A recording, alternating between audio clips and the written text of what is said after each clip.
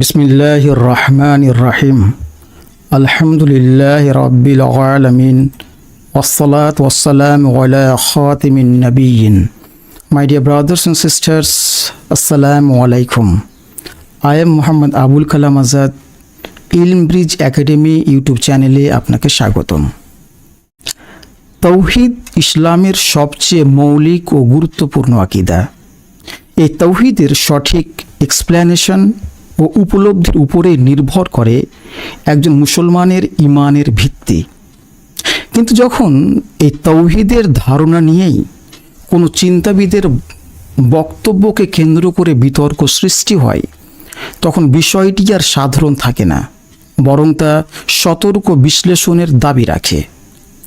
সম্প্রতি একটি প্রশ্ন বারবার উঠে আসছে যে জনাব মওদুদী সাহেব এমন কোনো বক্তব্য দিয়েছেন যেখানে মূর্তি পূজাকে তৌহিদের সঙ্গে সম্পৃক্ত করা হয়েছে। এই দাবি কি সত্য, নাকি এটা ভুল বোঝাবুঝি এবং প্রসঙ্গ বিচ্ছিন্ন উদ্ধৃতি বা উদ্দেশ্যমূলক অপব্যাখ্যা?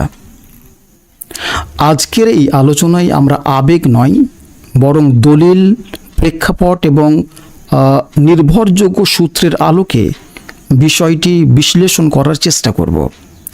আমরা দেখব যে মওদুদীর বক্তব্য আসলে কী ছিল এবং সেটার সমালোচনার ভিত্তি কোথায়, এবং একজন সচেতন মুসলিম হিসেবে আমাদের এই বিষয়ে কী অবস্থান হওয়া উচিত।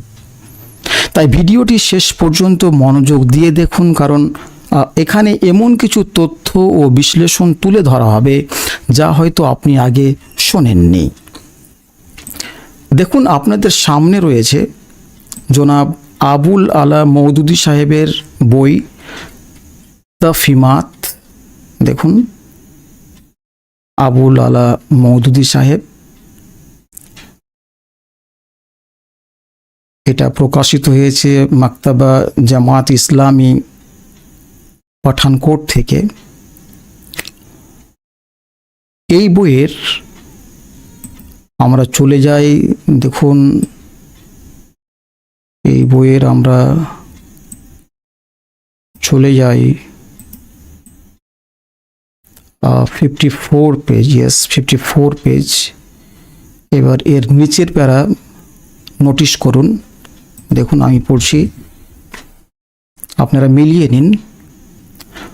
এহ ইবাদত, এহ সুজুদ, एह तस्बीह, एह कुनूत तमाम जानदार और बेजान, ज़ी शऊर और बेशऊर चीज़ों पर एकसा हावी है, और इंसान भी इस पर इसी तरह मजबूर है जिस तरह मिट्टी का एक ज़र्रा, पानी का एक कतरा और घास का एक तिनका। इंसान ख्वाह खुदा का कायल हो या मुनकिर, खुदा को सजदा करता हो या पत्थर को, खुदा की पूजा करता हो या गैर खुदा की, जब वो कानून फितरत पर चल रहा है और इस कानून की तहत ही जिंदा है, तो ला मुहाज व बगैर जाने बुझे, बिला अम्द व इख्तियार, तौअन व करहन खुदा ही की इबादत कर रहा है।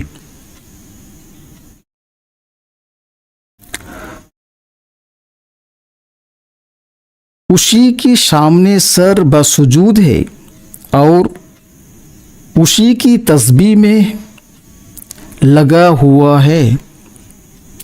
उसका चलना फिरना, सोना जागना, खाना पीना, बैठना उठना बैठना सब उसी की इबादत है। चाहे এবার চলে যাই আমরা পরবর্তী পেজে, এখান থেকে আমরা আমাদের শেষ হলো, চলে যাই পরবর্তী পেজে। দেখুন, এটাকে আমরা একটু বড় করে নিই।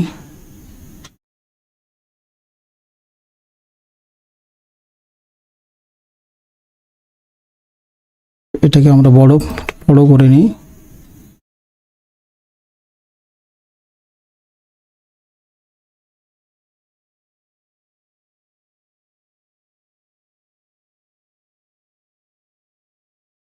দেখুন,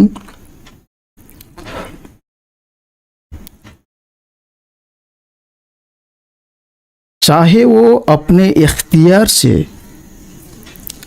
किसी और की पूजा कर रहा हो और अपनी ज़बान से किसी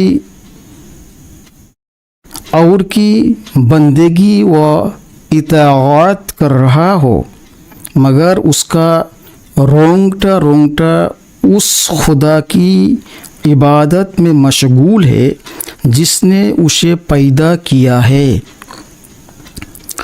उसका खून उसी की इबादत में चक्कर लगा रहा है, उसका क़ल्ब उसी की इबादत में मुतहर्रिक है, उसके अज़ा उसी की इबादत में काम कर रहे हैं, और उसकी वो ज़बान भी जिससे वो खुदा को झुटलाता और गैरों की हम्द व सना करता है, दरअसल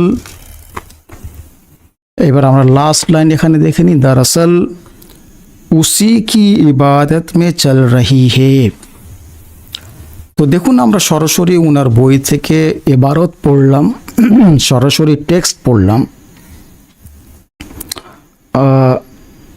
আমরা এর মিনিংটাও দেখে নিই যে উনি বলছেন এই ইবাদত, এই সেজদা, এই গুণকীর্তন, এই দোয়া ও আত্মসমর্পণ সকল জীব ও জড় এবং সকল বোধ বুদ্ধি সম্পন্ন এবং বোধ বুদ্ধিহীনদের উপর সমানভাবে প্রভাবশীল, এবং যেভাবে মৃত্তিকার একটি কণিকা কিংবা জলের একটি বিন্দু কিংবা ঘাসের একটি ক্ষুদ্রতম অংশ এর প্রতি বাধ্য, ঠিক একইভাবে মানুষও এর প্রতি বাধ্য।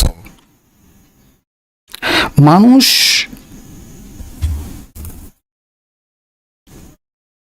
যেহেতু প্রাকৃতিক নিয়ম অনুসারে জীবন যাপন করে এবং এই নিয়ম অনুসারেই জীবিত থাকে, ফলে সে আল্লাহ পাককে স্বীকার করুক কিংবা আল্লাহ পাককে অস্বীকার করুক, সে আল্লাহ পাককে সিজদা করুক কিংবা কোনো পাথরকে সাজদা করুক, সে আল্লাহ পাকের পূজা করুক কিংবা আল্লাহ পাক ছাড়া অন্য কারো পূজা করুক, প্রকৃতপক্ষে এটা না জেনে বা না বুঝে, ইচ্ছাকৃতভাবে বা অনিচ্ছাকৃতভাবে আল্লাহ পাকেরই পূজা করা হলো, আল্লাহ পাককেই সাজদা করা হলো এবং আল্লাহ পাকেরই গুণকীর্তন করা হলো। তার চলাফেরা, শয়ন জাগরণ, খাওয়া দাওয়া, উঠা বসা সবই হলো আল্লাহ পাকেরই ইবাদত। এমনকি যদি সে স্বইচ্ছাই আল্লাহ ছাড়া অন্য কারো পূজা করে, তবু বুঝতে হবে যে তার লোম তার সৃষ্টিকর্তা আল্লাহ পাকেরই ইবাদতে নিমজ্জিত আছে, তার রক্ত আল্লাহ পাকেরই ইবাদতে প্রবাহিত হচ্ছে, তার হৃদয় আল্লাহ পাকেরই ইবাদতে আন্দোলিত হচ্ছে, তার অঙ্গ প্রত্যঙ্গ আল্লাহ পাকেরই ইবাদতে কর্মরত আছে, এবং তার যে জিহ্বা আল্লাহ পাককে অস্বীকার করছে এবং অন্যের গুণকীর্তন করছে, তাও প্রকৃতপক্ষে আল্লাহ পাকেরই ইবাদত করছে। তো এই হচ্ছে মিনিং। এখন আমি পুরো বিষয়টি আপনাদের সামনে, আপনাদের আদালতে উপস্থাপন করলাম। আপনাদেরকে সত্যকে গ্রহণ করতে হবে। কারণ ইসলাম মানেই সত্য, ইসলাম মানে আল্লাহ পাকের নিকট আত্মসমর্পণ। এবং নিঃসন্দেহে মওদুদী সাহেবের এই যে কনসেপ্ট, এটা সম্পূর্ণভাবে ইসলামের তৌহিদের বিরোধী। ফলে মওদুদী সাহেবের মুভমেন্টের সঙ্গে সমস্ত রকম সম্পর্ক ছিন্ন করা প্রতিটি মুসলমানের ইমানি দায়িত্ব। এই আন্দোলনের সঙ্গে কোনোভাবেই সম্পৃক্ত থাকা ইসলাম পারমিট করে না, এবং যদি কেউ থাকে তাহলে তাকে অবশ্যই ইমিডিয়েট সম্পর্ক ত্যাগ করতে হবে। আল্লাহ পাক আমাদের সকলকে সরল পথে অবিচল রাখুন। ওয়ামা আলাইনা ইল্লাল বালাগ। আসসালাতু ওয়াসসালামু আলাইকা ইয়া রাসূলুল্লাহ।